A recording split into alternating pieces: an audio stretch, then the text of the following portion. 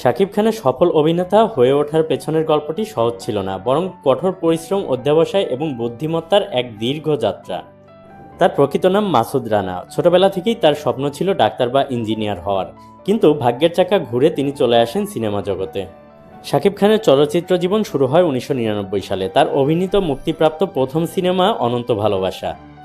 যদিও এটি বাণিজ্যিকভাবে তেমন সফল ছিল না, তবুও শাকিব চলচ্চিত্র সংশ্লিষ্টদের নজর কাড়তে সক্ষম হন।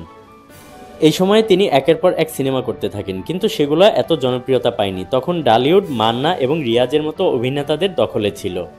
শাকিবকে অনেক সংগ্রাম করতে হয়েছে নিজের জায়গা তৈরি করার জন্য। 2006 সালের পর থেকে শাকিব খানের ক্যারিয়ারে বড় পরিবর্তন আসা শুরু করে। এই সময় তার কিছু সিনেমার দারুণ ব্যবসা সফল হয় এবং তিনি দর্শকদের মাঝে ব্যাপক পরিচিতি লাভ করেন। কোটি টাকার কাবিন, চাচ্চু এবং আমার প্রাণের স্বামী এর মতো সিনেমাগুলো তাকে সাফল্যের শিখরে পৌঁছে দিতে সাহায্য করে। এই সিনেমাগুলো তার ড্যাশিং হিরো ইমেজ প্রতিষ্ঠা করে। 2010 সালের পর থেকে শাকিব খান একাই ঢালিউড শাসন করতে শুরু করেন। তিনি বাণিজ্যিক ধারার সিনেমার পাশাপাশি ভিন্ন ধরনের চরিত্রেও অভিনয় করে নিজের দক্ষতা প্রমাণ করেন। এর ফলস্বরূপ ভালোবাসলেই ঘর বাঁধা যায় না এবং খোদার পরে মা এর মতো সিনেমার জন্য তিনি জাতীয় চলচ্চিত্র পুরস্কারও লাভ করেন। তিনি শুধু অভিনয় না, প্রযোজক হিসাবেই নিজেকে প্রমাণ করেছেন। 2014 সালে হিরো দ্য সুপারস্টার সিনেমা দিয়ে তিনি প্রযোজক হিসাবে আত্মপ্রকাশ করেন, যা ব্লকবাস্টার হিট হয়।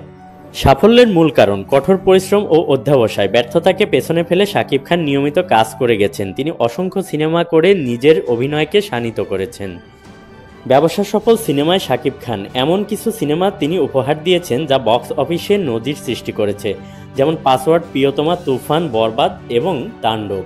শাকিব খান তার অদম্য ইচ্ছা এবং পরিশ্রমের মাধ্যমে এক অসাধারণ ছেলে থেকে ঢালিউড কিং হিসাবে পরিচিত হয়েছেন। তার যাত্রা প্রমাণ করে মেধা ও শ্রম থাকলে যে কোনো স্বপ্নই পূরণ করা সম্ভব।